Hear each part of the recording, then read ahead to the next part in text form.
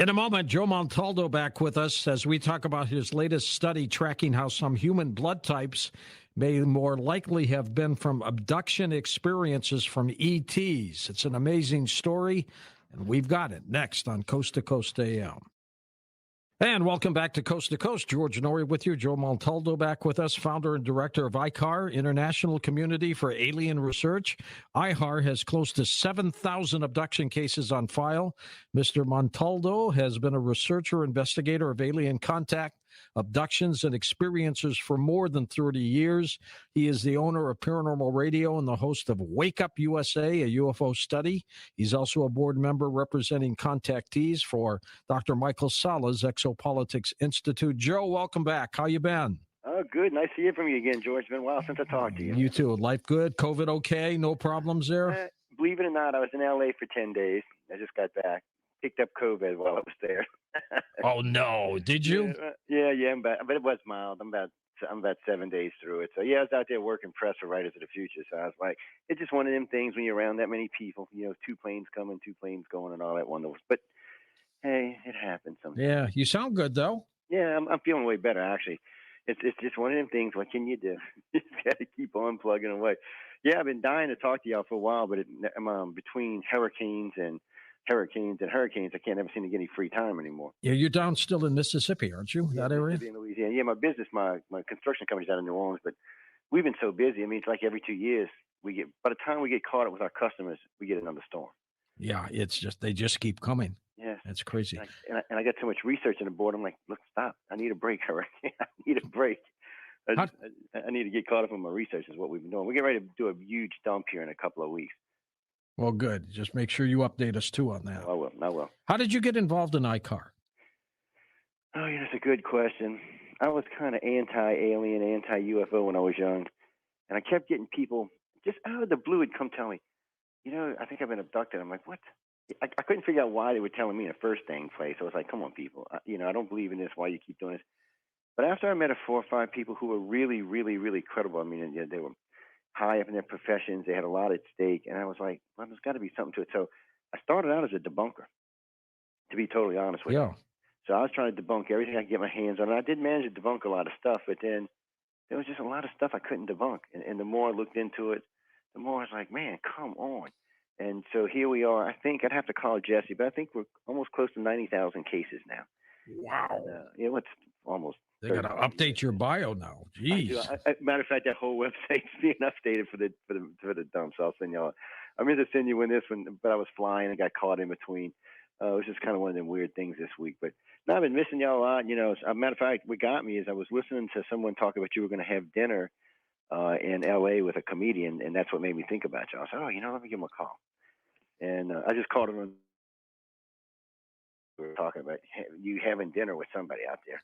Hank Garrett from Car 54. Where are you? Remember that show? Okay. Yeah, okay. And way back. Yeah, so when I heard it, I said, you know what? I haven't talked to him in a while. Called around a couple of people I knew that might have the number because I had the old number, believe it or not, the 010. That thing's probably older than I am. And then finally I ran across one of my friends that had it. So let me give them a call. At least I give her a call and see if she can get me on.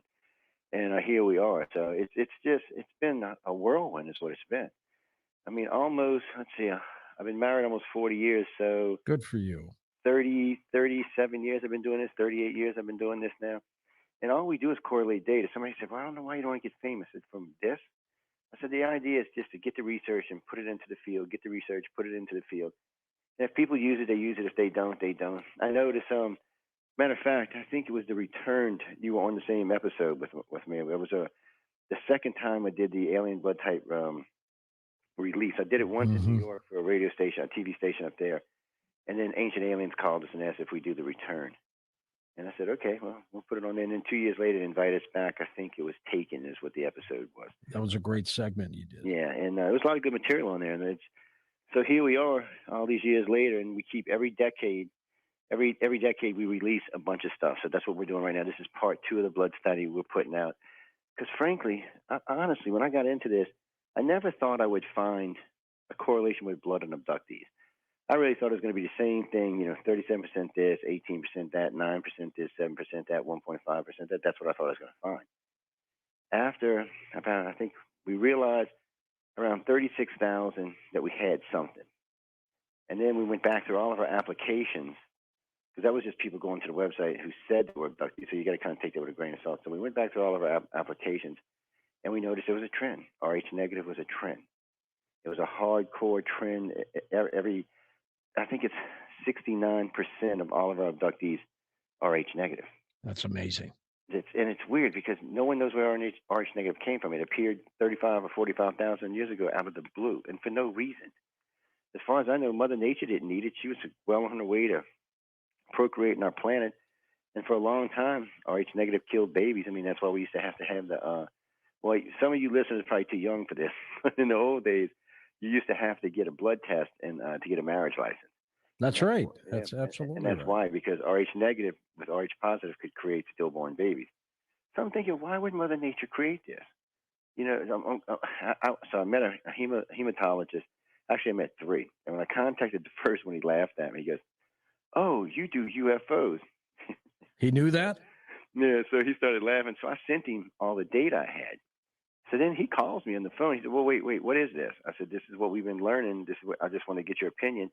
So he got all wrapped up into us, gave us all of his maps from all the research from around the world that he's done on hematological research, and we found out things like RH negative, O negative is the universal donor, O negative is also the purest form of blood known to man, where all of our hematological research comes from, and yet here our majority of our contactees are in the RH negative range. I'm thinking this can't be a coincidence. I'm like, there's just got to be more to this. So the more we looked into it, the more people we found in the RH negative category. And by the way, ladies and gentlemen, it doesn't mean if you're RH positive you can't be a contactee. It just means there's less of them. And the other weird thing about this is, 40,000 years ago, so maybe it was 1% RH negative. Today, I think it's up to about 18%. It's growing. And it seems to be pushing RH positive people out. So it just keeps growing. What do you think they're doing, Joe, with the RH negative people or the blood type? It's a good question because I wonder if they're just gently changing who we are. Because if you look around, RH negative is what created blue and green eyes. Before RH negative, basically we lived in a brown hair, brown-eyed, brown-skinned planet for 2 million years. And then all of a sudden, this emerges on the scene. We start having these mutations. It's RH negative people seem to be a little more aggressive. And I don't mean in a bad way, but they're more likely to go out and do something, achieve something. Their personalities seem to be more high in high power. We found out recently that a lot of politicians and a lot of movie stars are RH negative. Interesting. Blue or green eyed, and it's just weird because it's so much smaller of a segment of the population to be representing so much of a larger part of the population. And it just keeps snowballing. I'm like, well, what could they possibly want with this? So the best guess is this is how they're changing our society. So I called a friend of mine at Boeing. I mean, not at Boeing, at the Air Force, just recently because in 2000, the Air Force and Navy reinstituted their psychic programs. They dropped their remote viewing programs and instituted psychic ability programs. So I called a friend over there and I said, let me ask you a question. I said, do me a favor. I said, I don't want to know anything top secret. I said, I'd like you to pool the people you got and see how many are RH negative versus RH positive in your pool. A couple of weeks go by, I don't hear anything. A couple of weeks go by, I don't hear anything. So I ran into the General of Space Command at one of the things I was attending, and I asked him if he'd ask for me. About a week goes by, he calls me, he said 72% of their are RH negative. So I was just taken back. I was like, what the, so it seems like that on this side, and it doesn't necessarily mean you don't have psychic abilities, people if you're RH positive, it just seems like these people tend to have more abilities, stronger abilities, and now that I know the Air Force and Navy are doing it, it seems like there's more RH negatives in those positions. And what percent of the human population is RH negative? 15% currently. So with 15% of the population RH negative, yet 70% are those that were abducted. That's huge. That's huge. And when I first seen this 10 years ago or 15 years ago, I was like, what? And that's why we kept going back over because it was giving me a headache. I'm like, no, this can't be right. It has to be the same as the population of the planet. Because O positive is 37%. I think A's like 36%. So I kept looking and looking and looking, and it just didn't make any sense. And then I stumbled across something else. Did you know that Central and South America are 98% O? Yes. Yeah, so it's significant because nowhere else in the world does that. And of course, we know the Nazcans are down there. We know the Mayans, Aztecs, and Incans were down there. We know there was a lot of societies down there that seemed to worship aliens, and now we find out that there's a huge segment of the population that was and no one can explain it. Anytime I ask anybody, nobody can give me a reasonable explanation. I said, well, maybe they came across it. Obviously, they didn't come over the land bridge, so where did they come from?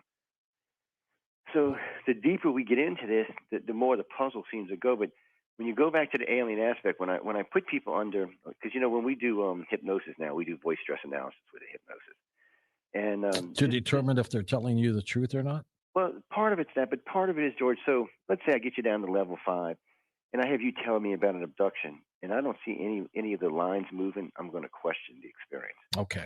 Because you know as well as I do, these people are stressed in some way or another. So absolutely, it should be showing stress in there. If they're not, I'm like, this sounds like a story to me, because I've never met anybody who's a true abductee. When I put them under there and put that stress meter on, that meter was fluctuating all over the place. And what percent, Joe, do you think people are lying to you? In the old days, I would have said it was about 60-40. These days, it seems to have changed a little bit. It's probably dropped about 40-60 now. I noticed since we've updated the sites and really made the applications harder, the amount of people trying to lie has gone down. Because what we did was we used to have 25 question questionnaire. Now it's 75. And it's quite detailed. So I noticed the true people will go ahead and fill it out. The people who are faking usually will get like halfway through or stop. Then stop. Yeah. It's just too much for most of them. So that's why we did it like that. And that's what we're getting ready. We're getting ready to release that in 3 weeks. The gray and reptilian and human studies are going to come out. Oh, and by the way, after all this time of doing this, I'm finally got a book coming out. It's called Contacted Navarre. Good for you. Yes. Well, let's get you back again. When's that book come out? Hopefully in 5 weeks. I'm going to send it to some of my friends that I met in California from the writers, the award people at Writers of the Future, and let them edit it for me and look at it. Because it's because of them I'm writing it. They were driving me nuts about writing a book for the last 2 years. Well, you tell Lisa about it, and we'll get you back. I will. I'll definitely give her a call. As soon as it comes out, I'll holler at you, because it's going to be an interesting book. It is about an 11-day missing. It's a case we did where they lost 11 days in Gulf Breeze, Florida. All right, we'll do that. Now, what was the impetus to start the blood study? What was the reason? Well, one day I was sitting with my director who was taking over my job, and we were just going through applications. And she goes, Joe, there seems to be a lot of people in here, because we asked blood type on the application. Oh, you do? Okay. Yes, and it wasn't for anything particular at the time, though. And we noticed that a lot of them seemed to be Rh negative. So then we said, okay, we're going to launch this study and see what we find. So the first thing I did, I forgot where I was on radio somewhere, and I had launched and said, look, if you think you've been abducted or this, that, other thing, go to the ICAR site, take the thing, tell us what percentage, tell us what blood type you are. Tell us what color eyes you have, and what because it's 50-50 on contactees with green and blue eyes. So it's like their mutations are carrying true through the contactees, or abductees, whatever you want to call them. It seems to be carrying true through there. It's almost like whoever or whatever created this mutation way back in the day, it was intentional. Because because when I started this study, blue and green eyes were 5%. Now they're 18%. And that's just in 40 years. So do you think the Rh negative people might have been hybrids in the beginning? They might have been. It's a good chance that there was some kind of interaction between some local population and the aliens, because there's no other real explanation for it. I mean, I can't get any scientists to give me, and I've talked to many of them. I host a show called Science and Behavior, and no one can give me a reason why. I'm like, come on, guys. Y'all advanced. Y'all been doing this all your life. Tell me why this is here, and they can't. So when I say stuff like, well, could it have been some kind of hybrid? Maybe there was another population on the planet that we interbred with. They'll go for that as long as you don't use the word alien. As soon as you use the word alien, they get all, frenzy-winsy. Right. They don't want anything to do with it. But when you don't, they're like, well, it is popular. Maybe there was an indigenous population that we didn't know about that's since died off that was heavy Rh negative, and they just simply interbred with the rest of the population. That may or may not be true. I mean, none of us were around to know for sure, but it does seem like at the rate it's going, and when I talked with Bruce just recently, one of our hematologists, he said at the rate that this is going, he would suggest that Rh negative would be 50% in less than 20,000 years. In less than 100,000, it will be the dominant blood type on the planet. So that's huge. Yes, and that's a direction. I mean, somebody had to do that. Whether you want to blame it on Mother Nature, aliens, or whatever, something is changed the course of humans. And when you look at Rh negative people's personalities, they're different than Rh positive personalities. It's not necessarily that one's better or worse than the other; they're just different. They tend to be more; their psychic abilities tend to stand out more. They tend to be more go-getters. They tend to want to be more involved with things on the planet. I notice a lot of them tend to, how can I say this politely? Yes, we They're very remember green. this is radio. This Yeah, is radio. yes, they're very green. We'll leave it at that. And which is a good thing. It's not a bad thing. It's just they get a little overly ambitious with it sometimes. But it's not like anybody's telling me, "Oh, the planet's going to die or end." They just want to see a significant change in our population. Are you baffled by this study, by the results that you're A lot getting? of it I am because some things to us it gives us something to look for now. It also helps us with when we're dealing with other contactees. But there's really just no simple explanation for it other than alien contact. No one can give me an explanation for where this came from or why it's here or why it's pushing so hard through our DNA in our life. Because really, just in the 30 years I've been in this, it's changed. I mean, both Rh negative is going up and blue and green eyes have gone up. And it seems to be moving faster than it should be. If it started out at whatever percentage way back 40,000 years ago, and then all of a sudden it was 15%, now it's 18%. 20,000 will be over 50%. 40,000 will be closer to 80%. Why? Why is this going this way? And I mean, we've got all the maps that show all the how all the planets laid out as far as its blood types. And this is weird because South and Central America, like we said earlier, are 98% O. And then The Middle East too. yeah, I'm O positive, for example. and so that's what I tell people. People ask me all the time, well, positive people are abductees. I said, yes, positive people are abductees. It just seems like we're just being changed. Slowly but surely, the population is being manipulated, but not in the way that, how can I say this? So whoever started this or whatever started this manipulated the population, and now it's just taking its own course. It's kind of like COVID. It just took off, and now it's doing its own thing. And it just keeps moving forward. It keeps going. It keeps moving forward. And more people calling us and coming in are H positive. When I talked to Jessie a couple of weeks ago, she wanted to update it because they're in the middle of rebuilding the site. She wanted to update it to like 74% of the abductees are Rh negative. And I'm like, I don't understand why it keeps going and keeps pushing. And when you interview these people, they are very intelligent, kind of laid back, but kind of aggressive at the same time, if that makes sense. So Are they scared? no, they're not actually. They seem to embrace it. That's another weird thing. I mean, when I talk to people about this and say, the majority of people who are being abducted are Rh, they're all like, "Oh, really? Man, that sounds." Do they only recollect, Joe, under hypnosis, or do they know about it in their normal casual living? It depends on the individual. Some people just know it's part of their life, and they've incorporated it in their life. Some people they don't realize it until you put them under, and then it comes out. And we're so strict about hypnosis that it's scary, but because we want everything to be legit. We don't do hypnosis. In other words, we're not going to use questions like aliens or extraterrestrials or blood type or any of that. And I'm just going to ask you about an experience that you've had, and I want you to tell me forward and backward, and then we'll set up a line of questioning for it. But that way it works really well. And of course, we have the voice stress running, and we always make them bring somebody with them when we're doing hypnosis for their safety and ours. So it works really good. But for some reason, they're embracing this at a scary way. I mean, when I was speaking just recently at a conference in D.C. Hold on for a second, Joe. We're coming up to the break. We'll pick that up. And then I want to get into the reptilian and gray questionnaire that you've talked about and see what's going on in that arena as well. Joe Montaldo with us. His website is icar1.com. It's all linked up for you at coasttocoastam.com. We're going to take your calls next hour with Joe Montaldo as we talk about their incredible research into the blood type studies of alien abduction folks. And then we're going to also talk to him about reptilians and grays as well and what's going on in that arena.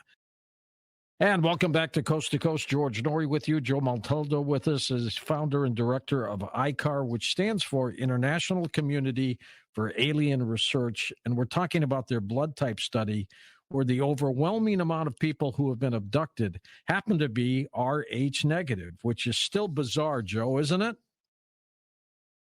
Jesse sent me the updated numbers for the website. So it's 91,200 cases. Out of that, 71% are Rh negative. Out of that, 42% are O negative. Oh, really? Yeah, so I'm not But negative exactly. seems to pop up all the time here. Yes, it just seems to be a theme that's running through, and it seems to be growing. I mean, originally, I want to say it was like 55%, which was shocking. But now it just seems to be getting. I don't want to say worse, but it keeps seeming to grow. The more cases we get in, the more it seems like the Rh negative is taking over. Um, so right now, I'd say we're down to 30% O. I mean, not O, 30% positive, which is weird to me since the planet is what 85% positive. We'll say for sake of argument, Yeah. this is growing 80% positive. It's two and two is not making four here. It's making more like 40. It's one of these things that you have to stop and wonder why. And then, it's funny sometimes when we ask the blood type question, we actually have a kit that you can get off the site for free. And people are like, well, I don't know what blood type I'm in. I said, well, maybe you need to find out and see. But it doesn't stop anybody from getting abducted. It just seems like it's been moving. So I would think somewhere 100,000 years ago, 200,000 years ago, whenever the original abductions first started, when they went through the family lines, they were looking for RH negative. I didn't know what my blood type was until I went in the Navy and they needed it for my dog tags. That's what I learned too, by the way, when I was Yes. in the Navy. That's when I learned about it. But it's a strange thing, and it is strange how many people don't actually know their blood type. People, you should always know your blood type. Even though Rh negative is the universal donor, you should always know your blood type in case you're somewhere that doesn't have Rh That's negative. right. And you need blood quick. Oh, And you my do, God. but What for does some your reason, gut tell you, Joe? What do you think's going on? I think they're adjusting our population. I think they're changing our population. In a good way or a bad way? I want to say it's in a good way. I mean, most of our Rh negative people I meet seem to be pretty even keeled, pretty comfortable people. There's a couple of charts on our website that show you the difference between Rh positive and Rh negative people. They're different in different ways in personality traits. And when I first got involved with this, you could have not convinced me that there was personality traits by blood type. I wouldn't have believed you. If I wouldn't have seen it for myself, I still wouldn't believe it. But now that I've seen it, there's definitely a difference between O positive people and O negative people. There's just a difference in their personality. And the O negative people just seem to be more conscientious about the planet, more conscientious in general, and they seem to really want to change things. But I mean, if they can or not, we know what's going on around the world right now. So whether they can change it, maybe we should find out what Putin is. Yeah, that's really it. Maybe he doesn't even have any blood. That's what Hmm. I'm thinking. Maybe he's that golden blood, no antigens. I don't know. It's a kind of a scary thing to see that something somewhere, whether it was Mother Nature or an alien, something sent us on a new traveling journey. And in 100,000 years or 200,000 years, our society is going to change. We're going to be a different society. We'll be way more blue and green eyed people than brown. I mean, and everybody knows brown was dominant. It still is dominant. But eventually it won't be. Do you think mainstream media will pick up on this study? Every now and then, somebody will call me from mainstream media. I've done NBC once or twice with it. CBS did it once. Of course, Ancient Aliens did it once on Discovery. But I think it's too scary for them because just to put this in perspective, I had done an interview with Rachel Maddow, but not about this, about something else. And when I was there, I was talking with this other guy, and it scared him. I said, well, I'm O positive. My family's going to be pushed out. I said, no. More than likely, as the O negatives grow, you'll start breeding with the O negatives. Your family just will become O negative as it goes on. I said that's what's going to happen. I said we're just going to keep breeding backwards until finally we're all O negative or close to O negative. One day it'll be 85% O negative and 15% O positive or Rh positive, I should say. We're going to take calls next hour with it, Joe, so make sure you jump on board. Let's talk about the reptilians and the Greys for a moment, Joe.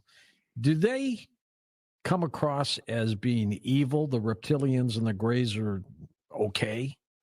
Well, it's hard to put it on a term because so if you're one of the ones being abducted, yeah, you might think they're evil. But if you're not, and you're just one of the ones working along with the group, like one of the keepers, no, you don't. So one of the first things we learned, but we were very wrong in the early days. We thought the Greys worked for the reptilians and humans. We found that no, that's not true. That the reptilians and humans are scared of the Greys.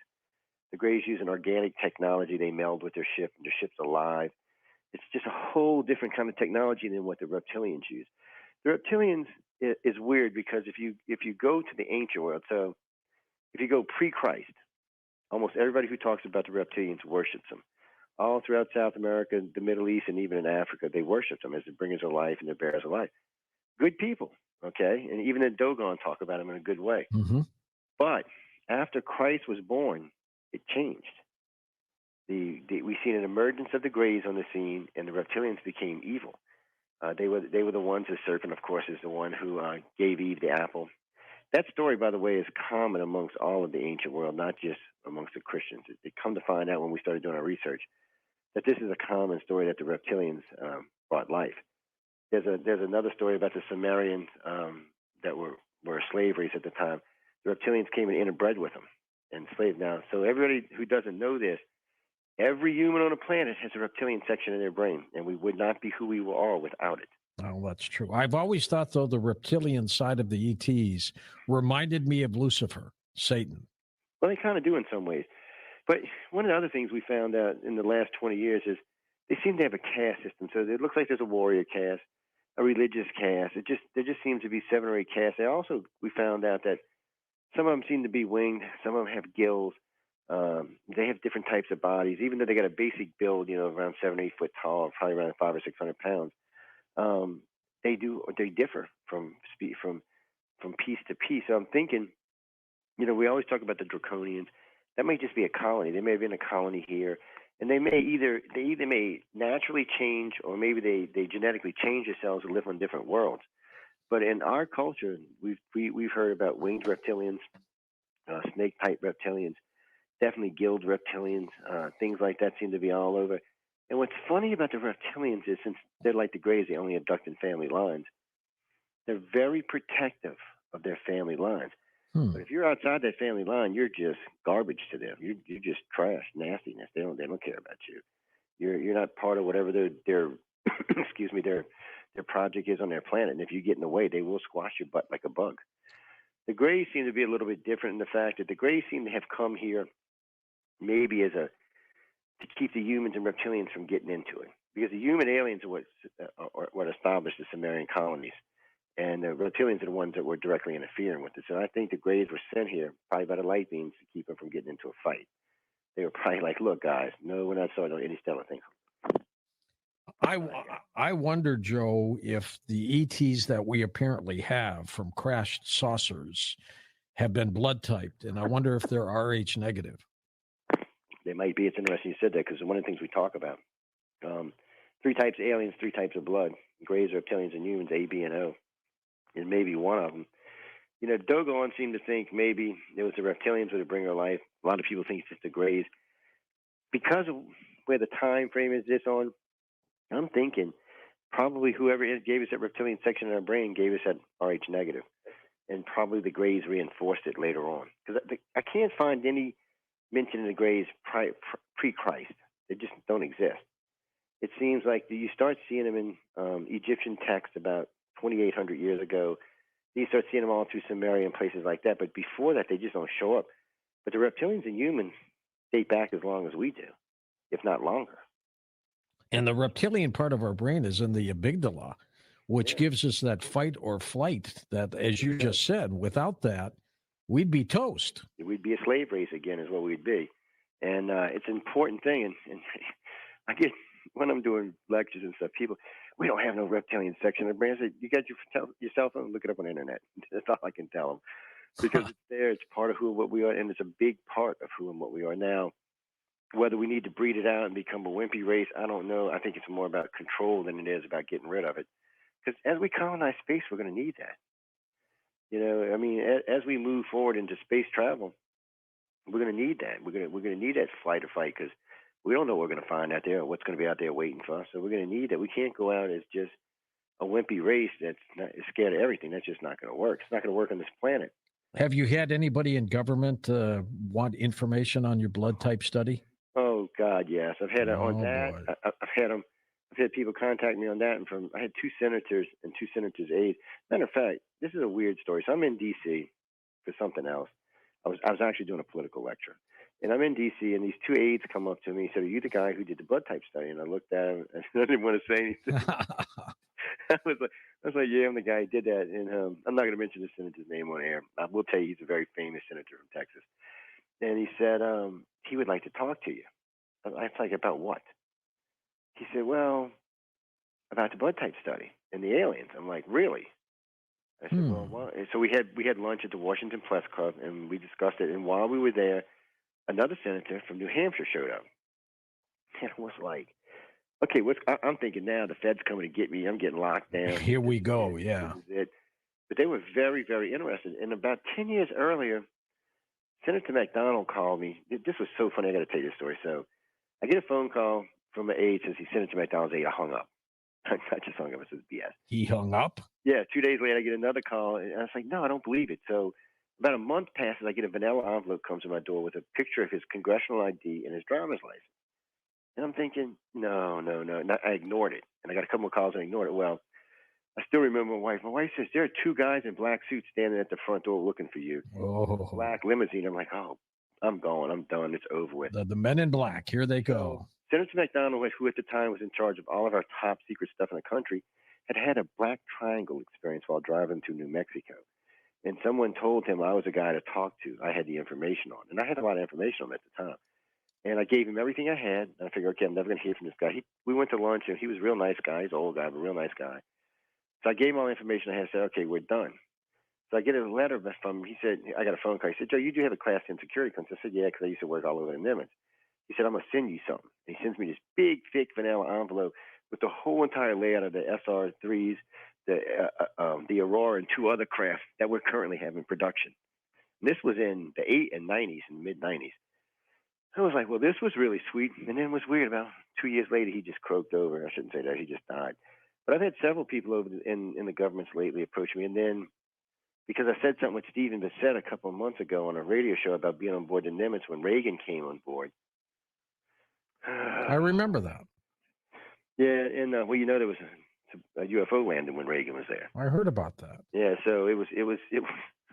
So what happened was I had signed an agreement. Everybody on board who's seen this had to sign their rights away, basically. Well, it was for 33 years. When it ended, I was talking with Stephen. I said, well, I'll talk about it. Not even a week later, a guy shows up at my door with a new security arrangement.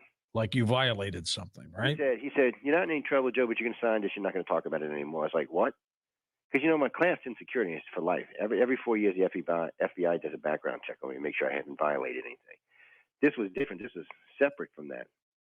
He showed up at my house, signed. He said, I've already talked to all your friends. He said, I can't use the language he used. And he said, sign it or else. So, you know, what am I going to do? I'm not going to get in a fight with the federal government and the military, so I signed it. So now I can't talk about it until I die. So when I come back, I can talk about it. Great. But it's already out there. They didn't pull the archive. Well, Reagan was a believer, too. Oh, Reagan was a big believer. And, well, Reagan was interesting because he instituted so many things that you know, Pine Gap, HARP facilities, Star Wars. He gave, 7 speeches where he talked about contact. He was definitely, he knew something. I don't know what he knew. But whatever he knew scared him because, you know, Pine Gap is the Joint British Defense of Outer Space. I don't know what we're defending ourselves from. You know, HARP facilities punching old holes all up in the ionosphere with these big, huge lasers.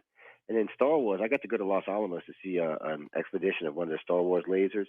And they were superheating these big discs and shooting them into space. It was crazy looking. I mean, these things were just vented, ribbed disc looking things, and they would put the laser on these and then shoot it up into space. Because we weren't using them for shooting down missiles, I think they were going to try to make a launching thing out of them. Well, listen to this possibility, Joe. Not that the aliens are abducting people who are Rh negative, but they're abducting people and turning their blood into Rh negative. It's quite possible, and I can't rule that out in any shape, form, or fashion. You know, I remember that movie Taken, that TV series Taken, and I got to thinking about it, and there were some things that went on in there experiment-wise that would suggest that they might be doing just that. They may be taking children out of the womb. You know, we remember the missing baby syndrome, rearranging their DNA, putting them back in their moms and being born Rh negative. Right. And we don't know that they're not. And it does seem like they want to change our society, but they're not taking out the regress, that reptilian section. Do you have anybody in the study that may have said, gosh, I thought I was O positive, but I ended up being Rh negative? Actually, we've had several people who seem to have changed blood types in the last 15 years. Even their doctors are confounded by it. See, there you go. And I went in and talked to a couple of doctors because I didn't think they would talk to them, but all of them were willing to talk to me. And I said, well, look, can you explain? He said, no, I can't explain it. He said, all I can tell you is this guy, Jimmy, was born O positive, and now he's O negative. So the letters don't change, but the Rh factor changes. And ladies and gentlemen, in case you didn't know this, Rh negative does not share its common genes with the rhesus monkey like Rh positive does. It's a separate type of blood. It's a very weird thing because RH means Reese's monkey is what it means, and all RH positive people share 2% of their DNA with a Reese's monkey, but the RH negative don't. Why the hell is that? Excuse my language. Why is that? It's what is the change going on here? So you might watch it, George. You might wake up one morning and have a whole different blood type. It's bingo. But I won't know until I go get checked. That's true. Until one day you're in the hospital and they're pumping the wrong blood into your veins. They're like, why is he having this reaction? This is his blood type, and then they type in it's something different.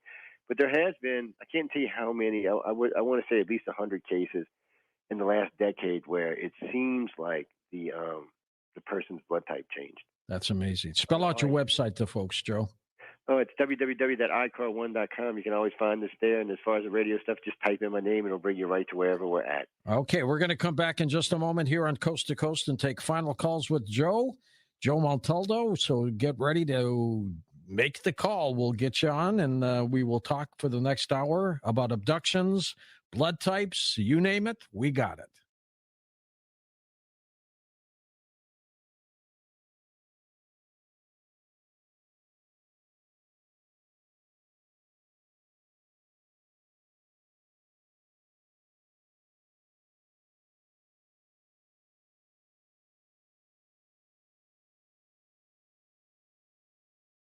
This hour, we'll take your phone calls. Joe Montaldo with us, and we will be back in a moment on Coast to Coast AM.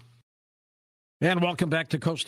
George Norrie with you, Joe Montaldo with us. Joe, in your 37 years of research, have you ever seen anything as weird as this blood study type? Well, there's been some weird stuff going on coming, I ain't going to lie, but the blood type just is still catching me off guard. I mean, we get all these weird things about the Greys and the reptilians and the humans, and over the years, it just adds up so we understand who they are. But this is just different. This was, we can't figure out exactly who started this. Is what's bothering me the most. And why? And why? And I'm hoping. I mean, I'm really truly hoping that this is something positive for the planet. Now, granted, you and I won't be here when it's finished, but or maybe we'll be reincarnated by then. But regardless, this is still it's ongoing. It seems like it's an ongoing, long-term project, at least 100,000 years. I'm trying to think. Somebody's got a plan for us, and it's not us. We didn't have the technology to do this unless we were time traveling and went back and did this. It's not us doing this. It's something else. And I don't think it's Mother Nature because I don't think Mother Nature would have created something that was a baby killer. No, not at all. I just don't think she would have done that. So this is something different. And let's be honest. So whenever this occurred 40, 50,000 years ago, 100,000, whatever it was, all that time until recent times, until we found the guy in Australia where we invented the anti-denigen D gene so we could give you a shot so it wouldn't affect your baby. Until then, there were stillborn babies being born all over the place. It just doesn't make sense. And whatever this project is, they must have known sooner or later that we would adjust to the blood type. They had to have, because we did. I mean, in the 90s, in late 80s, early 90s, when we figured out how to give you a shot, so you could. It didn't matter what blood type you were. In terms of the blood typing, Joe, in the different categories, what does science say about Rh negative? Well, Rh negative is the universal donor, but more than that, it is the most purest form of blood known to man. It's almost where all of our hematological research comes from. Without it, we would be 100 years behind where we are today, maybe even more than that. It is something that revolutionized what we understand about blood. So for a science, this was an excellent thing. Out of the blue, some Rh negative comes along, and bam, now science understands blood much better than they did 100 years ago or 50 years ago, based on this Rh negative, this O negative, actually. No one, when I talk to scientists about this or somebody in the hematological world, I ask them, I said, okay, O negative is only 7% of the world's population. I said, what is it? And they can't answer me. He said, all we can tell you is it's the purest form of blood known to man and is the universal donor. So everybody always tells me that AB negative and AB positive is the rarest blood. In a way, that's true because it's 1.5. But they can take Rh negative. Rh negative can't take anybody's blood but their own. So technically, they're the rarest blood to man because they can only take their blood type. You can't give them any other blood but Rh negative or it'll kill them. But yeah, you can take an Rh negative person, take their blood and give it to anybody on the planet, and they'll live. And they're fine. Yeah, it's somebody had to have made this. I mean, it just doesn't seem like an accident. it was almost for society. And then through the wars, it was a great thing because they didn't have to stockpile tons of blood; they could just stockpile Rh negative. You've probably learned more about blood than you want to know right now, huh? Oh man, I do. I probably know as much as half the hematologists on the planet. I've talked to so many of them, and what's so interesting about this is when I bring this up to somebody, it fascinates them. They don't like hearing the UFO or the alien word, but even they can't deny it could be a possibility because there's no other explanation. They can't tell you why this blood type started. They just don't know, and they can't tell you why after 2 million years of evolution with our Rh positive and brown eyes and brown hair, we changed out of the blue. Out of the blue. Let's Yeah. go to the phones for you. Let's go to Seattle, Washington. The caller does not want his or her name known, so we call them anonymous. Hello there. Hello, anonymous. Hey, Mr. Nori. Good morning, and sir, how are you guys doing? Hope you guys had a wonderful weekend. So my thing is like almost like a comment. It doesn't have nothing to do with like the blood type, but I used to work for LabCorp, and in their in the database they have over 2/3 of American population. They are based in over 100 countries, and their sister company is a pharmaceutical company. So, for example, if you go for your blood work and you get your results in 2-3 days, what do you think happens to the blood work? Some of the tubes and the blood work can last up to 3-5 years. Mm-hmm. Because you freeze them. So when you go get your blood work, if you're, for example, if you're like type 2 diabetic, so all your blood work is, corresponds to a patient that has type 2 diabetic. So what you become like a patient, number 206 that has diabetic problems. So any medication that needs to be tested on a patient that's, around diabetic. So what they do, they use your blood work as a test patient. And you don't even know about it because 99% of the people don't know about it. And let me ask you, did you see much Rh negative blood in your studies? Rh negative, I'm not a hematologist. I'm a lab tech. Okay. So I worked I worked for 12 years. And that's basically you send all this blood and then almost none of them gets destroyed. It actually goes to a database because in their database they have 2/3 of the American population, and then on top of that is based in 100 countries. So they're constantly doing tests.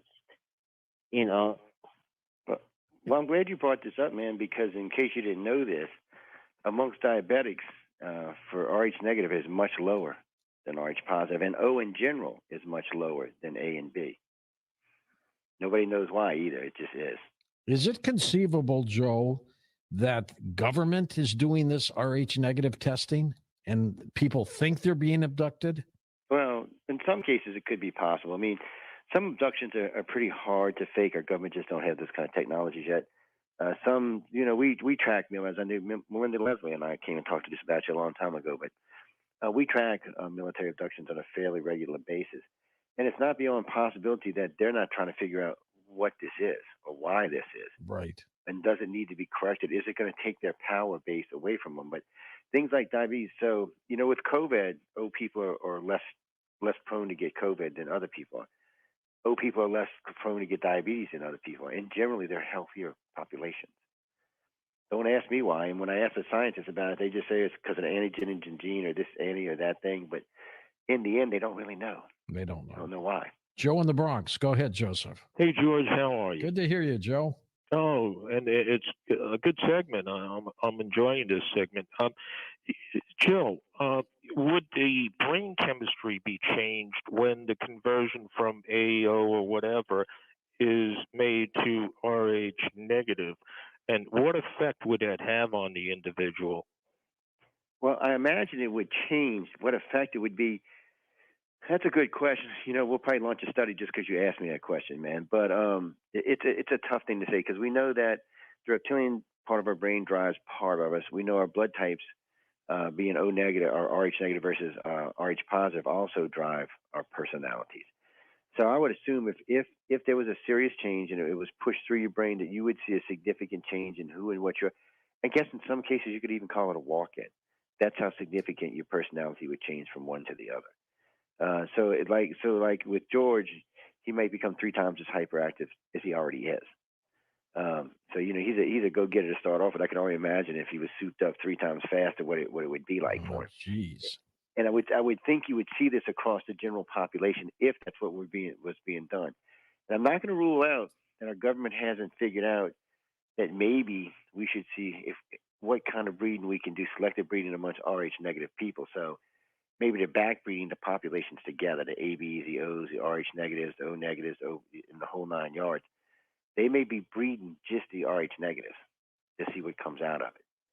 Because if it's true, like my Air Force buddy told me, the general told me, then it's quite possible that it would be to their benefit to breed what we would call super Rh negative people who had abilities far beyond anything we understand right now. I know we have really good telepaths, really good empaths. What our government wants is telekinesis. Now, I'm pretty sure we don't have any significant power because people like Trump or Biden or anybody for that matter, Putin, if they had the ability to use it, someone with telekinesis, I mean, you could squeeze someone's blood vessel in their brain and give them aneurysm, and it would look like a natural death, or squeeze an artery in the heart. Obviously, we don't have world leaders dropping dead around the world, so more than likely we haven't reached that level of technology. But it doesn't mean our government's not working on it. Well, that's true. We never thought they were working on some of these bioweapons, did we? Yeah, we didn't. That's true. Hell, for a long time, we didn't even know they were working with remote viewers. We found that, thanks to Ed Dames, we found that out a long time ago. So our government tends to keep a lot of secrets from us for whatever reasons they see fit. And things like this, if they saw that they were any kind of advantage to Rh negative, you can bet some lab somewhere is working on this. Let's go to first-time caller Lisa in Salt Lake City, Utah. Hi, Lisa. Hi, how are you? Okay, good to have you with us. Yeah, thanks for taking my call, and you guys are so speaking my language. I'm an O negative, and he's so spot on everything he's saying personality-wise. I ran a negative blood page when I found out my blood type and the characteristics we all have. It's like I kind of sniff them out. I can sense people with negative blood. It's so weird. Yeah, all of them say that, by the way. It's a weird Here's thing. a little fun fact, too. A lot of musicians are negative blood types, and did you know the 27 Club, the whole 27 Club were type O negatives? Really? I didn't know that. Yep. I researched a bunch of it, and yeah, he's spot on about The 27 Club, Joe, was a handful of musicians who all died at the age of 27. Damn. Oh, well, hope they wasn't Rh negative. That put them over the edge. But it's quite common. We have if the stats are right, we just went through about 50% of our politicians are Rh negative. So what bothers me is which ones are they? And, I'm not going to get into whose name's who, but we have been able to figure some of them out. But we also know that a lot of Hollywood people are Rh negative. So when you see someone with green or blue eyes, somewhere in their bloodline, there's Rh negative, because that's what created the mutation of the green and the blue, was the original mutation of the blood. So that's another thing that's a little weird about this. So green and blue eyes and Rh negative is a mutation. It's not a naturally occurring thing in our bodies. It is a mutation. And it's a mutation that seems to be growing and getting bigger and moving faster. Because when we first did the study, I want to say that blue and green eyes were like 4%. Now they're 18%. And that's just in the 35 years we've been doing the survey. So it's expanding. For whatever reason, it's expanding at a great deal. And we only have limited access because I can't access countries like Russia. I do have access in India. And since our network goes into China, we have a big following in China, so we can actually check there as well. But still, some places in the Middle East, we have limited access. Some places in Africa, we have limited access. Now, South America, believe it or not, they're very into this. So in South America right now is running 50-50 Rh positive, Rh negative, even though 98% are O. They are running 50-50, which is odd because it should only be 15% Rh negative. Exactly. It still defies logic, doesn't it? It does. And then, when you get down to the Nazcans and all, we know there was some kind of contact there. I'm pretty sure the Mayans and the Incans and all, I'm pretty sure the Toltecs were probably the original contactees down there. or somewhere along their inherited line they were. And of course, I can't hang to anybody who loved Chihuahua. So I just gotta say, Long Island, New York, we go. Joe's with us east of the Rockies. Joseph, you're up. Go ahead. Yeah. My question would be a couple. One would be these abductions. I don't understand how someone could be abducted to a ship, given the logistics of the ships, how they maneuver. I don't think someone could. That people would be thrown around all over the place. I don't think they could withstand it. So I think there's a gap in what is actually happening. Are these people actually on a ship, or is there another explanation as to how a ship could maneuver like that? You're thinking of technology based on what we understand. Just in our own ships, which Elon Musk is one of the ones working this, is called inertial dampers. With that, nobody's getting thrown around. No, And or they're strapped down too, Joe. Yeah, and I would imagine advanced race has already licked this problem, or they wouldn't be able to travel through deep space. So, when you're talking speeds faster than light, or even jumping holes, you're going to need some kind of either some type of inertial damper system or something that you're tied down tight to, so you don't get squished every time the ship stops or every time the ship takes off. So that is something I'm pretty sure they've already done, but we've had too many good videos of ships hovering over places. But I'm going to be honest with you, and I've said this 100 times, and this makes ufology people really mad. I don't think non-abductees can see UFOs. Almost everybody I've ever talked to me, the UFO is a trigger memory. Just like in the old days, we used to talk about owls and stuff like this. These are trigger memories. This is to let you know something happened to you. That's the only reason you remember the craft, because they want you to know something happened to you, so they leave a trigger memory for something to go off. Because here's a good one for you.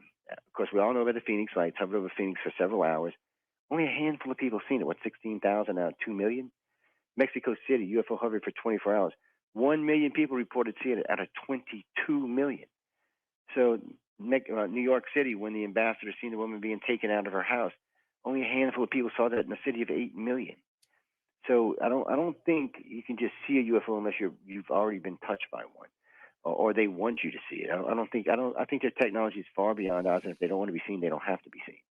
I don't. When people tell me about crashes, and I'm very skeptical about crashes, because one, we wouldn't even let China keep our plane when we crashed it. We were going to go to war over it. So I doubt an alien race is going to let us keep anything that could advance us in those ways. Unless they dumped it on purpose. And yes, and I was getting ready to say, unless it's like maybe it's a scout craft, or maybe it's a shuttle, something that's binary that we can learn from, but doesn't have massive weaponry on it. Exactly. And that's what Roswell sounded like. It sounded like something, because I've never heard anybody talk about big weapons or anything like that being found. This sounded like a ship that crashed, and because it broke up, it made me think that it had to be something smaller, a shuttle, something like that, because any craft that can do interstellar space is not going to break up and impact. It's going to probably stay intact when it hits the ground. It's probably not going to shatter, because it has to take micrometeorites and all sorts of other things at high speed. So impacting our planet would probably come in one piece. I doubt it would break up like that. So it made me think that more than likely Roswell, if it was an alien, it was probably some type of shuttlecraft or maybe a cargo ship of some kind. And the ET said, well, it's very benign. They can keep it, because if you go back and look at the Roswell paper, 3 days after the report, they put three things in the paper. They put what we would consider aircraft aluminum today, a microchip, and fiber optics, which none of what was invented at the time of the crash. So, but it's all stuff we use standard today. So there is a link bringing it forward. It's just, I don't think if they had something with massive weapons on, they were going to let us keep it, because as a species, we're still dangerous. And what would we do if we had an advanced spacecraft with big weapons on it that could fly around the galaxy? Would you trust us with it? I wouldn't. Well, and there have been great reports of them shutting down missile silos. Oh, yeah, and there's at least a dozen, or two reports of that, both in the United States and Russia. I wish they'd go shut Russia down right now, but I guess that's not going to happen. But they don't really seem to interfere with our politics, but they do seem to interfere with our population. I mean, would they stop an asteroid, Joe, if it was headed this way? I don't know. I know they wouldn't stop a nuke, and we know they didn't stop Chernobyl or Fukushima. Right, that's true. So I don't. For them, I think you got to look at it from their point of view. If we irradiate the planet, they have the ability to clean it up. We may not, but they do. So we would just be handing them over a perfectly good planet. And I'd like to reiterate this to everybody: we're not killing the planet; we're killing ourselves. The planet will survive long after we're gone, even if we and regenerate. Yeah, and regenerate, and we'll be long gone and dead. So people, you need to keep that in mind. It's not the planet we're killing ourselves. So if y'all want to live and be around a million years from now, you better straighten out your act. And I'm hoping that's part of the RH negative thing. I hope that's what's driving, because a lot of my RH negative friends I know are very, very in tune with the planet. They want to see in mankind. And Joe, and you know, a lot of them, I hate to say it like this because I'm gonna catch flack for this, they're kind of new agey. They're very brilliant, but they want to see us survive as a species. They want to see us colonize. Hell, I want to go live with Elon Musk on Mars. You know, I heard Just don't put a Neuralink in your head, Joe. Oh wait, I don't know about no Neuralink. You don't have to do that. We're going to take a quick break, Joseph, and come back and take final calls with you in a moment on Coast to Coast AM. And welcome back. Our final segment with Joe Montaldo as we talk about his study, a blood study. Joe, will the members of ICAR come up to some conclusions based on the study? Yeah, we've come to the conclusion that somebody's definitely interfering in our society. Yeah. And for whatever reason, you know, for the most part, we really do think that it is to move us forward as a society. But yeah, I hate saying it like that, because everybody I know with RH positive thinks, well, are we being left behind? I said, no, you're being bred out. There's a difference. And what I mean by that is you're not being left behind. Eventually, we will just breed out. Just as we started as RH positive 2 million years ago, you know, a couple 100,000 years down the line from now, we're just going to be RH positive. We're just going to breed ourselves out into a different type of species. More telepathic, probably more honest, more open, just a different kind of species. And there's definitely a difference in personality between RH positive and RH negative people. Amazing. It's a strange thing, you know. Somebody always gets offended when I say this, because it's not meant to be that way. I'm not the one who did this. I'm not even the one who started this. And frankly, it took me 10 years before I even believed it. I had to see just tons and tons and tons of data. And then I had to have several hematologists help me out to make me understand that there is something going on in our society. And it does seem to be that slowly but surely and methodically, the RH negative is just breeding in more every year. Seems to be a little bit more, seems to be a little more, seems to be a little more. At this rate, in less than 1,000 years, it will have, it'll be at least 50% blue-eyed and green-eyed, which is really weird since they didn't even exist that long ago. And I mean, just recently, as far as just 20 or 30 years ago, they were only 4% of the population. It is bizarre, isn't it? It is. It just seems like we just keep moving forward and it keeps going on. And for some reason, science is, or I don't know if they're ignoring it or just not saying anything to us about it. Now, I can't be the only one who found this. I mean, that's impossible, especially since I turned it over to at least 3 major hematologists. Somebody else has got to be tracking this besides us. Are the hematologists baffled too? They are, because they don't know what it is. They don't know how it happened. They'll come up, they'll try to razzle-dazzle you for a little while. But when I put it right to them, I said, okay, explain to me why Mother Nature did this. And they can't. They're just baffled as we are. And they don't understand why it keeps growing. You know, originally when I talked to them, they said, oh, it's going to plateau at 15%. But now it's moved from there. It's going up higher and higher. And it just keeps growing. And no one can come up with a coherent explanation why, other than something or someone interfered in our society. And obviously, it's not us. We didn't have this technology 100,000 years ago. It's got to be somebody else. Let's take final calls for you, Joel. Let's go west of the Rockies. Jeff's with us, Santa Rosa, California. Hey, Jeffrey. Hey, guys. I was listening to the RH negative thing, and it seems to me that gene editing has a lot of programming in it that has to do with green and just mind control type stuff.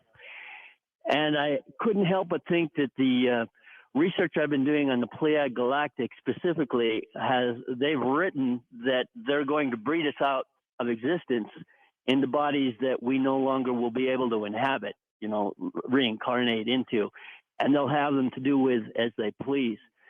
So my question to you is, with your clearance, and you don't have to answer this question, can you get Pleiad, Pleiaran or Tagetan or whomever blood types that our government might have in a dungeon someplace, or other galactic entities that we've captured through our space programs, and compare it with your information to get a better idea of what's going on?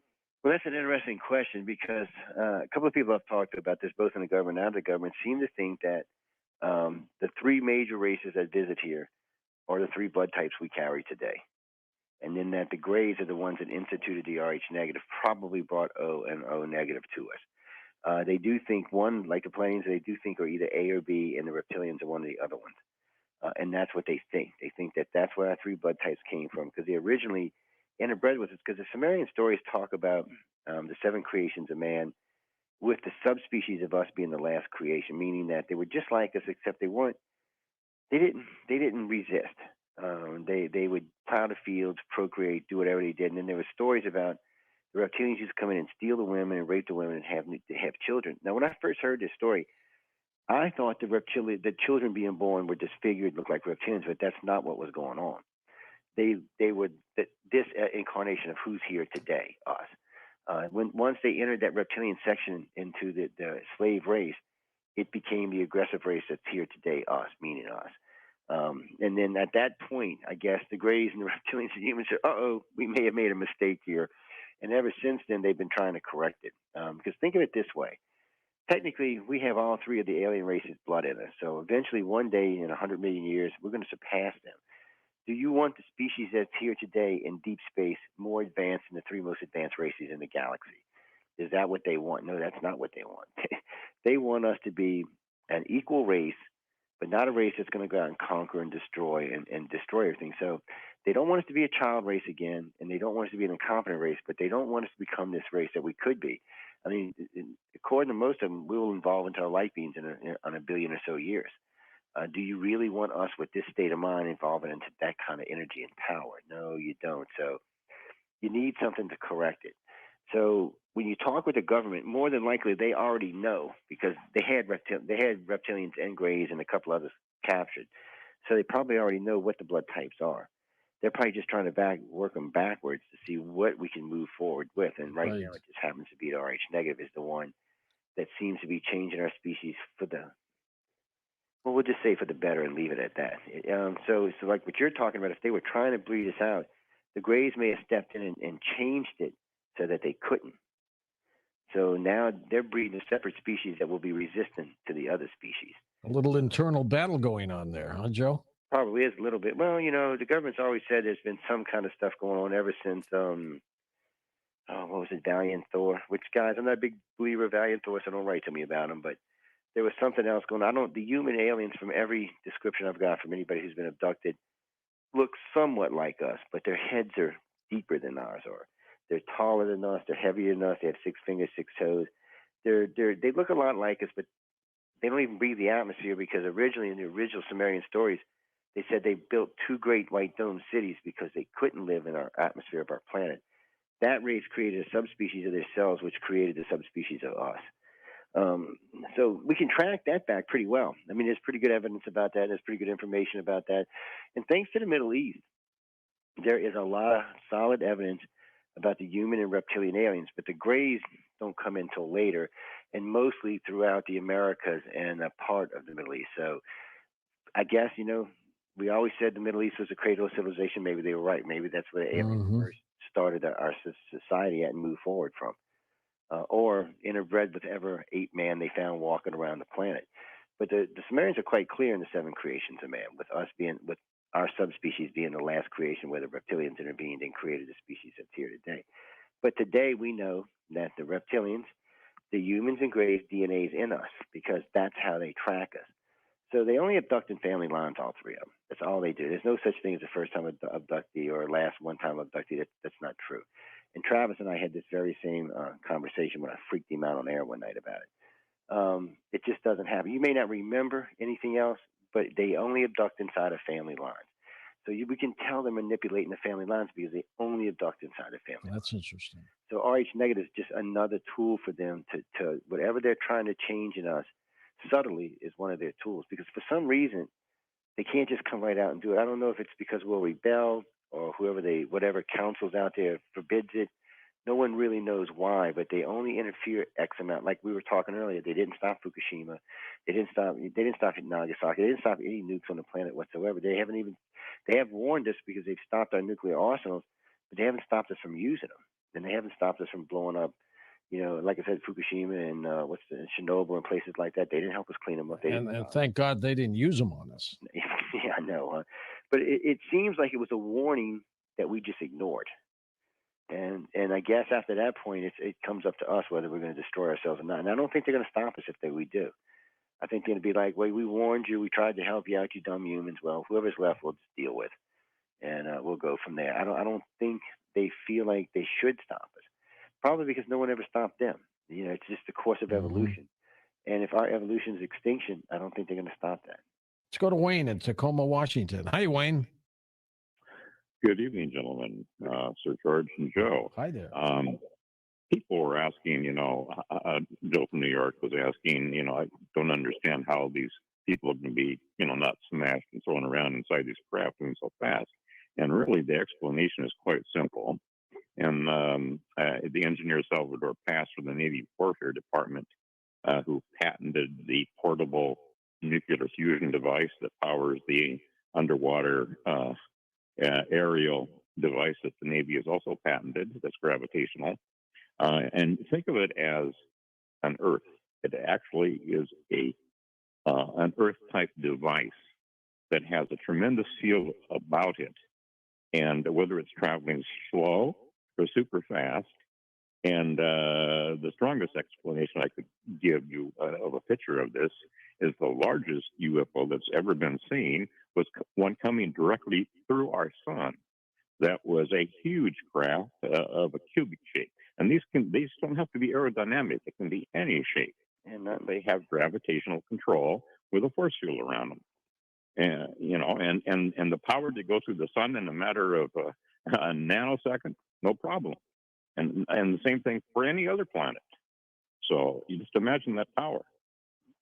Well, NASA had gotten in trouble because they had one of their sun cameras had taken 4 pictures, what looked like to be cubes sitting equal distance from each other. So they tried to say it was lens flare, and then they tried to say it was something else. And then right outside of Jupiter, they had the same 4 cubes. Had nothing to do with their camera. It was a whole different camera. As a matter of fact, it was a satellite. So NASA was just, after that, I noticed they dropped the whole thing. Now, whatever it is out there, they're huge. Anything that you can see up against the sun, is massive. Probably 3 or 4 times the size of our moon at least. Bigger than Mercury for sure. So whatever these craft are, and you're right, they do kind of look like the Borg ship, the ones you're talking about. I've seen them on 3 or 4 occasions. In pictures, and they do look like a giant Borg cube, just that don't seem to. The gravity of mass doesn't seem to affect. I guess they're too big to get near our planet. That's because people used to always tell me about Naribu coming close to Earth at 5 times the size of Earth. Well, we know that's not true because it would have crushed our planet. That's right. It would have killed everything on it. It would have just distorted and destroyed our planet in ways we can't even understand. Maybe that's what the asteroid belt is Naribu, because it's 5 times the size of Earth. But things like this, we do know are out there because we've got pictures of them. Let's go to Diana in Antelope Valley, California. Hey, Diana, go ahead.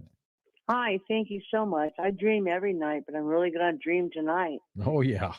I'm telling you, this is fantastic. I'm RHA negative. It's about 4% of the population. And about a year and a half ago, I received a letter from a lab in Texas where my family lives. And they wanted to keep my blood for future research. I still have the letter. Wow. And so I signed it and returned it. It said to help people, for certain research or whatever. Sure. The short letter. So I returned it. But also, I've always felt like I was a makeup baby, reconciliation, 6 years after the 3rd sibling. My birthday's 9/11. I've always felt I've been born like 20 years too late for my time. Oh, I love the big band swing. I love the poodle skirts. I was born in 58. And it's like when I walk into a room around people, it's like I have an antenna on my head. It's just a really strange experience I've learned to live with. So being A negative, and I have green eyes, and I have sandy brown hair. You fit the mode. I'm serious. So, yeah, I got that letter, and I just signed and returned it back. But, yeah, A negative, RHA negative. It's everywhere, Joe. We've only got a minute left, but it seems to be all over the place. It is. It's out there, people. And just remember, just because you're RH positive doesn't mean you're not a contact date. That's all I need to tell you. I don't want to leave anybody out in this conversation today. Do these people who claim to have the RH negative factor, do they have strange dreams? Do they tell you that? Actually, most of them are very in control of their dreams. They do a lot of dream weaving, which means sharing dreams with other people, but they're very in control of their dreams. So when they go to bed, they program themselves for what they want to dream about. They change their dreams while they're in it. They don't really have nightmares because they have complete control of their dreams, which is odd for most people. Most people cannot control their dreams. They think they can, but most of the time it turns out to be something else. But these people seem to do it quite easily. It's just another part of who and what they are. It's a strange group out there, and it keeps growing. And I don't know if I should be scared or happy, George, at this point. Is the study complete? It'll never be complete. All of our studies are always ongoing. As long as the sites are up, they will always be there. The blood type study is now currently 20 years old. The origin, the gray and reptilian studies are about 25 years old. And as long as I'm alive and as long as the sites are up there, you can go take the studies anytime you want. But they're an ongoing project until we can at least get some idea of what this is. Keep in touch with your new book, okay? Oh, well, I'll get in touch with y'all. And thanks, George. Thank you, Joe. You take care of yourself. Amazing. His website, linked up at coasttocoastam.com. It is ICAR1, the number one, ICAR1.com. For Dan Galante, Tom Danheiser, Lisa Lyon, Lex Lonehood, Sean Ladisor, Stephanie Smith, Chris Boros, Tim Banal, George Knapp, and Ian Punnett, I'm George Norrie, somewhere out there on Coast to Coast AM. We'll see you on our next edition. Until then, be safe, everyone.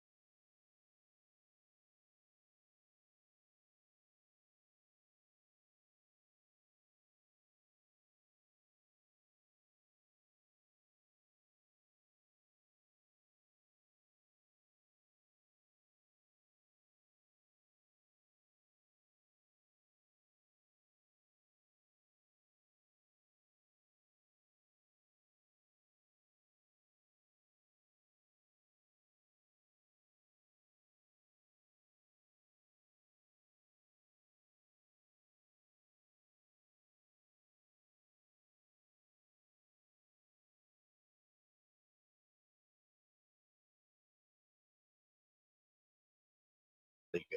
And it's a really good step in your career. It can help you move forward. I'm not going to say everybody. I did see, for some reason, it seems a little bit easier for the illustrators and the writers coming off the win.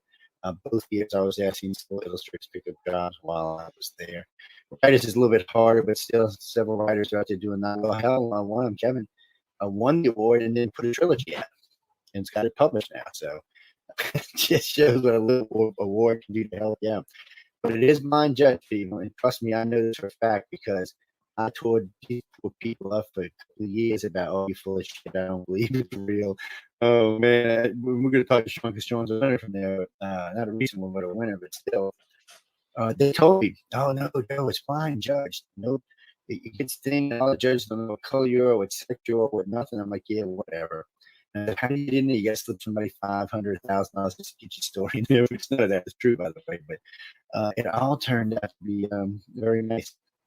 I will say this: if you do win, they're going to work the living hell out of you. You're going to get to meet all kind of famous people and all kind of people who can change your career, but you're going to work the hell out of it. But anyway, we have Sean Patrick Haslett. It's nice. Sean, how have you been, man? I've been doing great. I staying busy. Yes, as the world's been staying busy too. Like I think the last time, or I guess about a year ago or so, we talked about Weird World War III, which is that anthology that was about the U.S. versus the Soviet Union. What if they had fought a World War III? And it's like, about a year and a half later, we're getting pretty close. Yeah, we're getting pretty close. Well, we are. And what What year did you win that Ride to the Future? 30, 2017. 26. So what was that? 36? No, 35, huh? I'm Uh, just trying to think th- which vol- book it was. 33, volume Oh, 33. all right. I'm just making sure I got it. You know, I buy and give away a lot of these books, and they send me a lot of them. I give a lot of them away, and I get them.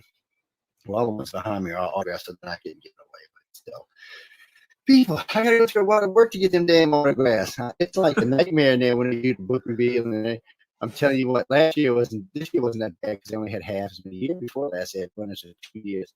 Watching them signing books was like comedy gold.